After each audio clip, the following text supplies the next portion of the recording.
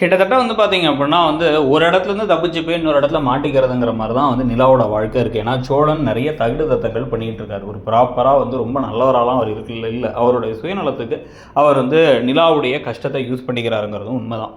ஏன்னா இப்போ தாலியை கட்டி முடிச்சதுக்கப்புறமா மனோவர் கோவப்பட்டு வயிறெறிஞ்சு சொல்கிறேன், நீ நல்லா இருக்க மாட்டேன்லாம் சாபம் விட்டுட்டு உன்னை விடமாட்டேன்டா அப்படின்னு சொல்லிட்டு போக, தாசும் வந்து நான் உன்னை விடமாட்டேன்டான்னு சொல்ல, சூர்யா நான் என்ன பண்ணுறேன்னு பாருங்க அப்படின்னு வந்து கொந்தளிச்சிட்டு இருக்காரு. அங்கிட்டும் இங்கிட்டும் ஆள் வந்துட்டாங்க மண்டபத்தில் அப்படின்னா, எதுக்கியா பொண்ணே ஓடி வந்தப்புறம் மண்டபத்தில் வந்து ஆள் வந்துட்டாங்கன்னு பேசிகிட்டு இருக்க, போய் அந்த பக்கம் அப்படின்னு போலீஸை துரத்தி விட்டுறாங்க.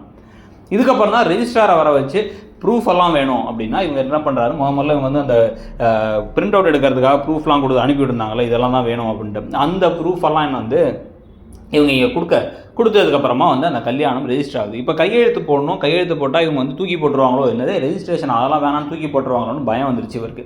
அதனால் என்ன பண்ணுறாரு, அந்த நோட்டை தூக்கிட்டு போய் கொடுத்து, இல்லை நீங்கள் அந்த கேஸ் விஷயமா இனிமேல் அவங்க பிரச்சனை பண்ணக்கூடாதுங்கிறத ஒரு கையெழுத்து மட்டும் போடுங்க அப்படின்னு கையெழுத்து போட்டுறாங்க.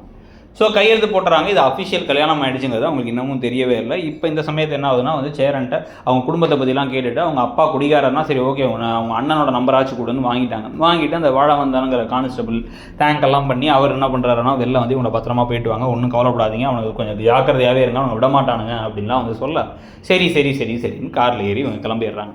காரில் ஏறினே அவங்க அழுதுகிட்டே இருக்காங்க. அழுதுட்டு இருக்கவங்களுக்கு தண்ணியெல்லாம் கொடுத்ததுக்கப்புறம் கொஞ்சம் அப்படியே தூக்கம் வந்துச்சு, இவங்களுக்கு தூங்குறாங்க. பார்த்தா இவங்களை யாரோ பின்னாடி துரத்திக்கிட்டே வராங்க. இது ஒரு பக்கம். இன்னொரு பக்கம் அந்த கான்ஸ்டபிளும் அந்த இன்ஸ்பெக்டரும் வந்து நேராக சோழனுக்கு கால்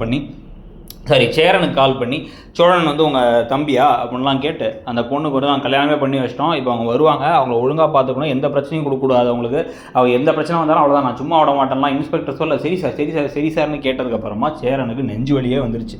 என்னடா சொல்கிறீங்க, அதுக்குள்ளே கல்யாணம் முடிச்சுட்டு வந்துட்டானா அப்படின்னா பல்லவன் ஆனால் சந்தோஷமாயிட்டார். இப்போ பாண்டியன் கூப்பிட்டு வந்து இல்லை வீட்டுக்கு வந்து மருமக வர போகிறான்னு ஏற்பாடுகள் பண்ண, இவங்க ஆனால் கல்யாணமே இல்லைன்னு நினச்சிட்டு இருக்காங்க. இப்போ இது வேறு வழி இல்லை, அதனால தான் நான் அப்படி சொன்னேன், பொய் சொன்னேன்னு சொன்னால் இன்னமும் கோபம் தான் வரப்போகுது. பல பிரச்சனைகள் காத்துட்டு இருக்குங்கிறத பற்றியும் இந்த கதை போகிற பக்கம் பற்றி நீ நினைக்கிறீங்க?